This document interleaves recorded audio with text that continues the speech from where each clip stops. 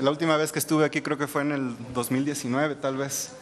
Entonces, me da mucho gusto estar de nuevo en esta sala con ustedes. Me gustaría comenzar diciendo que el paquete económico 2023 es prudente y consistente con la evolución de la actividad económica del país. Asimismo, las estimaciones que contiene este paquete están realizadas con base en varios escenarios económicos que toman en cuenta la realidad económica del país, pero sobre todo el contexto internacional que se está viviendo. En esta intervención me gustaría centrarme en 4 puntos principales. Primero, la disciplina en materia fiscal que caracteriza a esta administración va a continuar.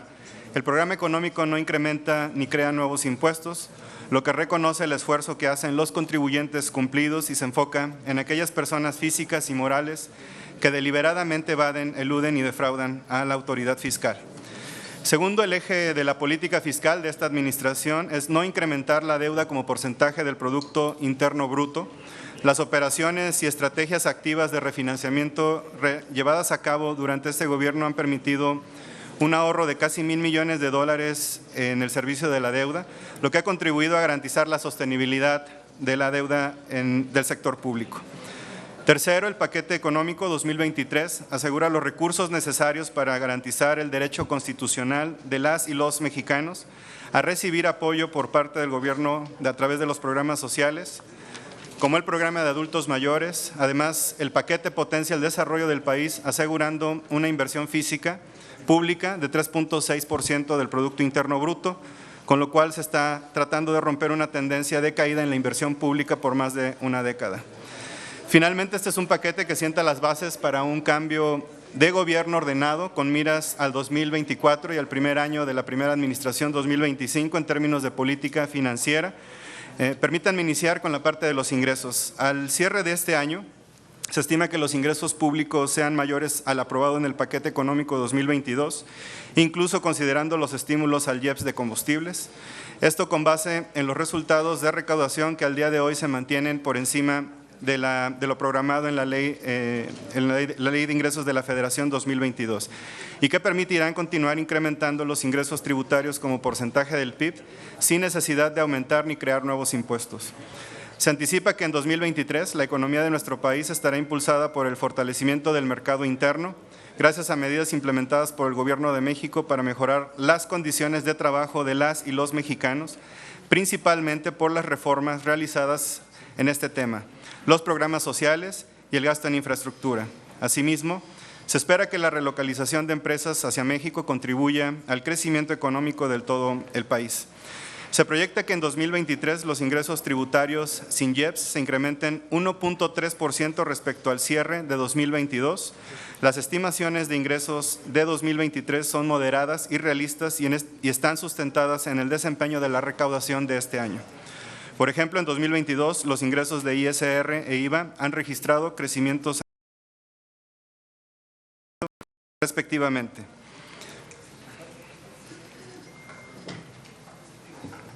Estos aumentos se explican por el buen dinamismo del consumo y el fortalecimiento de los ingresos laborales y las ganancias de las empresas. Respecto a los ingresos petroleros, se estima que alcancen los 1.3 billones de pesos, impulsados al alza por un mayor precio del petróleo en comparación con el precio estimado en el presupuesto 2022 y en el marco de los resultados de la política en materia energética impulsada por esta administración. Quiero reiterar que esta estimación para 2023 es prudente considerando el entorno que estamos viviendo. Además, es el precio máximo autorizado por la fórmula legal establecida en la Ley Federal de Presupuesto y Responsabilidad Hacendaria. También me gustaría destacar que para 2023 se cuenta con un programa de coberturas petroleras, las cuales se podrán ejercer en caso de que observáramos una caída en los precios del petróleo por debajo del precio presupuestado propuesto de $68.7 por barril. De lo contrario, si el precio resultara por encima de lo estimado, se tendrían ingresos excedentes como los observados de este año. La iniciativa de Ley de Ingresos de la Federación 2023 estima que los ingresos presupuestarios del sector público se ubiquen en 7.1 billones de pesos durante 2023, cifra que representaría un incremento de 10% anual en términos reales en comparación con lo previsto en el paquete económico 2022. Asimismo, estimamos que la recaudación tributaria alcance los 4.6 billones de pesos, monto que representaría un incremento de 11.6% real anual con respecto a lo aprobado 2022, y esto tomando en cuenta que la base nominal con la cual se va a realizar el programa de recaudación tributaria no va a cambiar conforme a los escenarios que se plantearon en el marco macroeconómico que presentamos a la soberanía. Como mencioné al inicio, el eje de la política fiscal de esta administración es no incrementar la deuda como porcentaje del PIB y mantenerla en una trayectoria estable y sostenida. En este sentido, estimamos que la deuda pública cierre en 48.4% en 2022 y en 49.4% en 2023, ubicándose en niveles muy por debajo que las economías avanzadas y de Latinoamérica.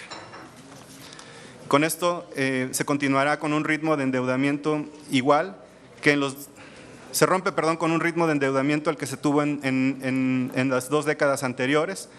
Hoy la deuda de nuestro país estaría cerca del 60% del PIB si se hubiera seguido esta tendencia. Lo que estamos observando a agosto del 2022 es que la deuda se mantiene anclada en 49% del PIB, muy inferior al nivel que se experimentó durante el impacto de COVID en 2020. Sin la política de no endeudamiento del Gobierno de México como porcentaje del Producto Interno Bruto y el correcto manejo de los pasivos, hoy estaríamos pagando más de 300,000 millones de pesos en costo financiero adicional. Esto equivale al presupuesto del programa de pensión de adultos mayores, el cual beneficia a 12 millones de personas. Asimismo, la sostenibilidad de la deuda se ha logrado gracias a la estrategia de este Gobierno de mantener un portafolio de pasivos diversificado, principalmente en moneda local y con tasas fijas. Esto ha reducido la vulnerabilidad de nuestro país a la volatilidad de los mercados internacionales. Además, esta prudencia fiscal ha sido reconocida a nivel internacional. Al día de hoy, México conserva el grado de inversión con perspectiva estable con las 8 agencias que evalúan la posición fiscal de este país. Y en este sentido, las agencias internacionales muestran confianza en que durante los siguientes 2 años de la administración la prudencia macroeconómica y fiscal continuará, lo cual resultará en niveles de deuda pública sostenibles y certidumbre para los inversionistas. Finalmente, el Gobierno de México ya se está preparando para que el próximo gobierno reciba un país con finanzas públicas sanas, una deuda con trayectoria estable y los fondos de estabilización con recursos para enfrentar futuros choques presupuestarios. Para ello, el paquete incluye una reforma que permitirá que los excedentes de los ingresos tributarios no presupuestados se puedan seguir dirigiendo a los fondos de reconstrucción y estabilización con el objetivo de fortalecerlos. Me gustaría concluir aquí mi intervención, no sin antes reiterarles, diputadas y diputados, que los equipos de la Secretaría de Hacienda, incluido a mí, y de Crédito Público están a su disponibilidad para proveerles de toda la información para el análisis del proceso legislativo. Muchísimas gracias de verdad por escucharme y por su tiempo. Muchas gracias.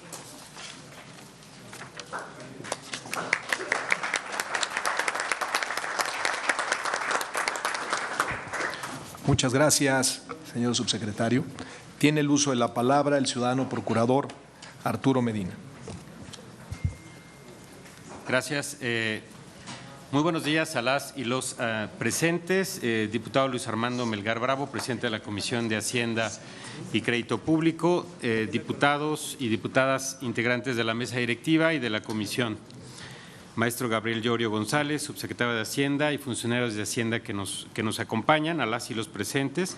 Reciban un respetuoso saludo del señor secretario de Hacienda, doctor Rogelio Ramírez de la O. Es un gusto participar en esta reunión de trabajo con las y los diputados de la Comisión de Hacienda de la Cámara de Diputados y atender en tiempo y forma la convocatoria realizada con el fin de establecer un diálogo que permita a esta honorable comisión contar con mayores elementos para atender el mandato constitucional relativo a la discusión y en su momento aprobación de la iniciativa de Ley de Ingresos de la Federación para el ejercicio fiscal 2023. Ordenamiento que prevé las bases sobre las cuales el Gobierno prospecta los ingresos de la nación por conceptos de impuestos, cuotas, aportaciones de seguridad social, contribuciones de mejoras, derechos, productos o aprovechamientos, entre otros. Para la Secretaría de Hacienda es muy importante mantener y propiciar la vinculación efectiva y colaboración con las y los legisladores, principalmente con los integrantes de esta comisión con pleno respeto a la división de poderes que establece nuestra Constitución.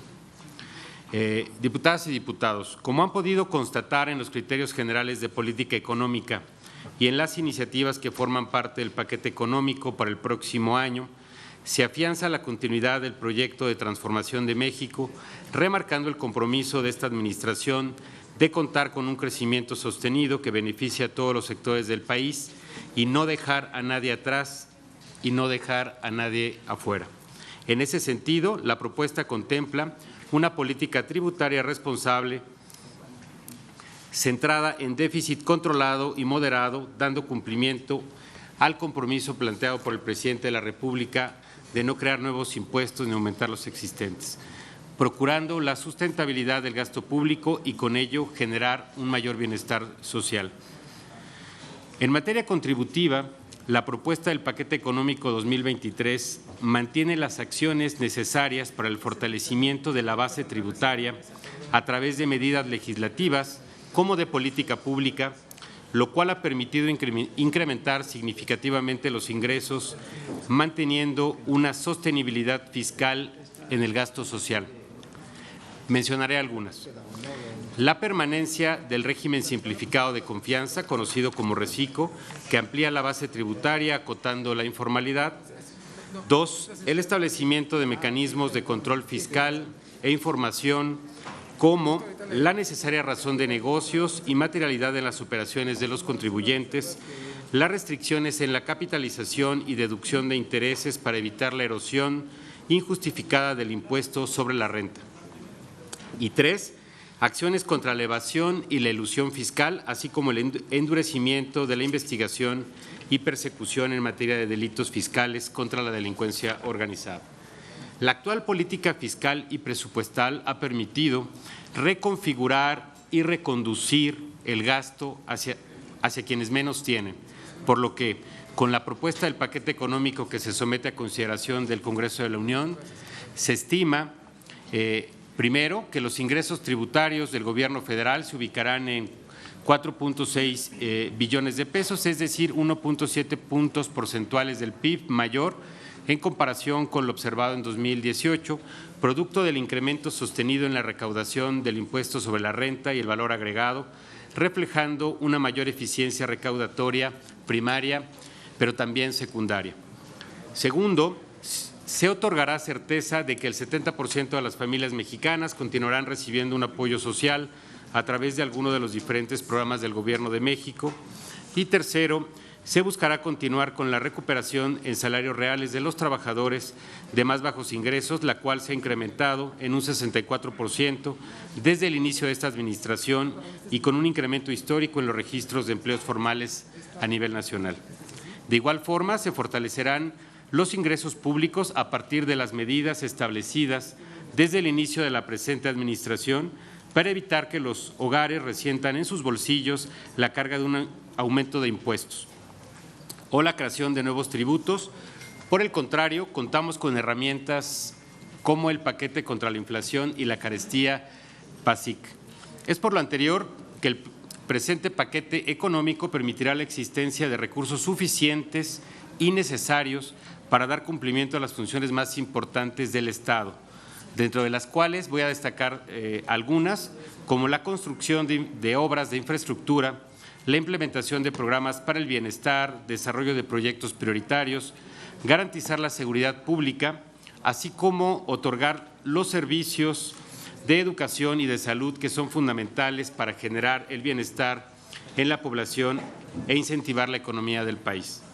No solo esto, también es un paquete económico altamente sensible, real y abocado a proteger a la población en general, por lo cual la iniciativa de ley de ingresos plantea también, voy a detenerme en 2 puntos, en el caso de las aportaciones federales con cargo al Fondo de Aportaciones para la Seguridad Pública de los estados y del Distrito Federal, conocido como FASP, en este proyecto se plantea que estos recursos podrán potenciarse para programas de seguridad pública y nacional. Es decir, esto significa que hasta el 25% de la asignación de la entidad federativa correspondiente podrá comprometerse con el fin de obtener un financiamiento con tasas preferenciales fijas y obtener anticipadamente mayores recursos para proyectos prioritarios en seguridad pública asociados a este fondo.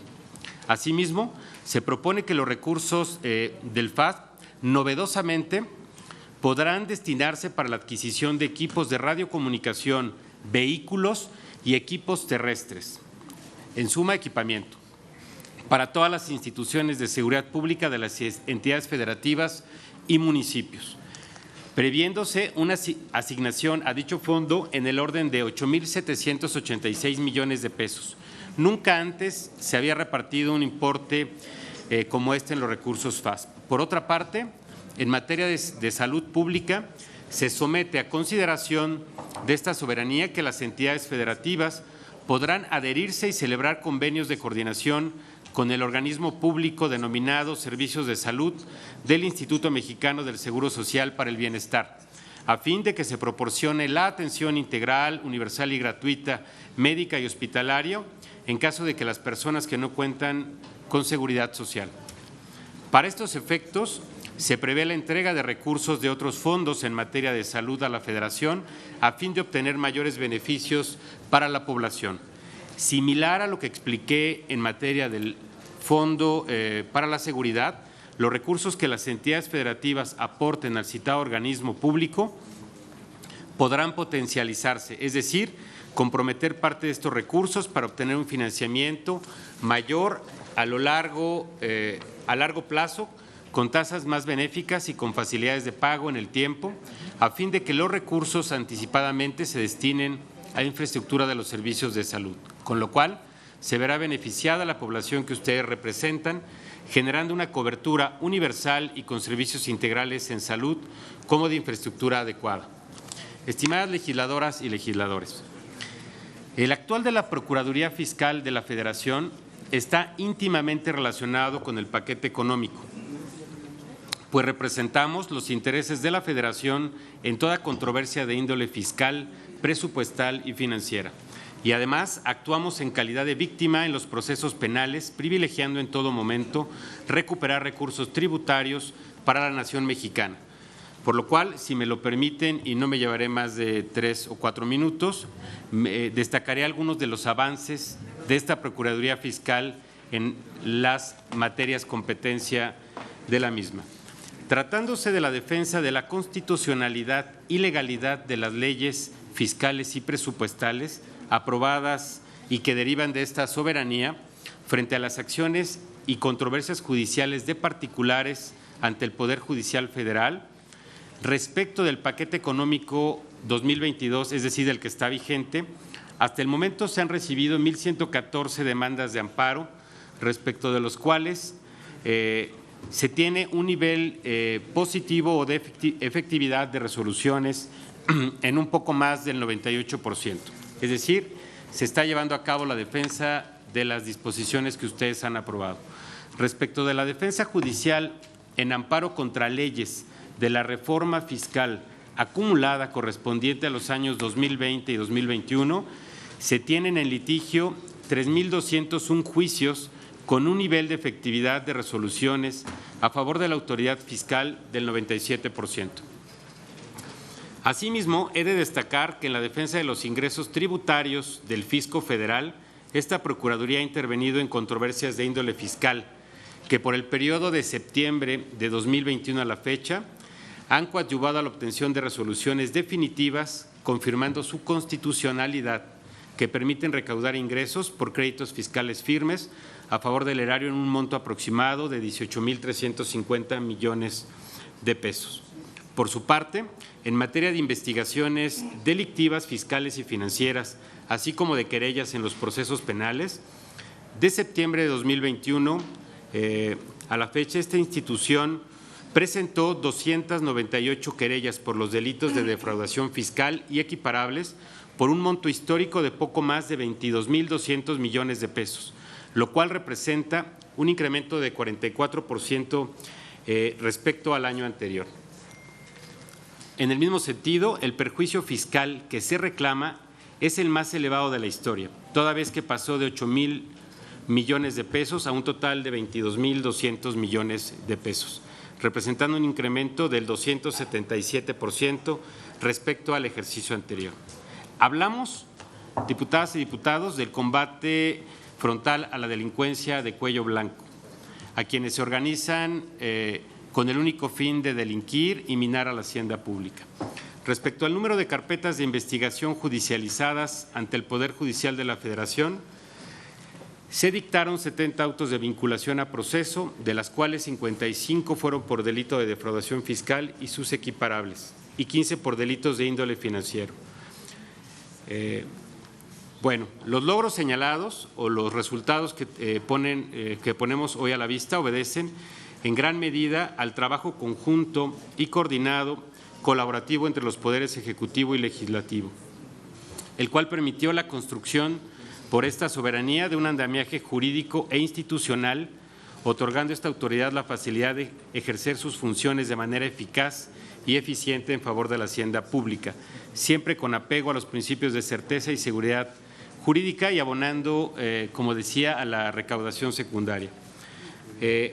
Antes de concluir, aprovecho la oportunidad para refrendar el compromiso institucional de continuar con el trabajo desde la Secretaría de Hacienda para dar cumplimiento a los objetivos establecidos también en el Plan Nacional de Desarrollo 2019-2024, dentro de los que se encuentran no más incrementos impositivos, detonar el crecimiento económico y mantener las finanzas sanas. Muchas gracias.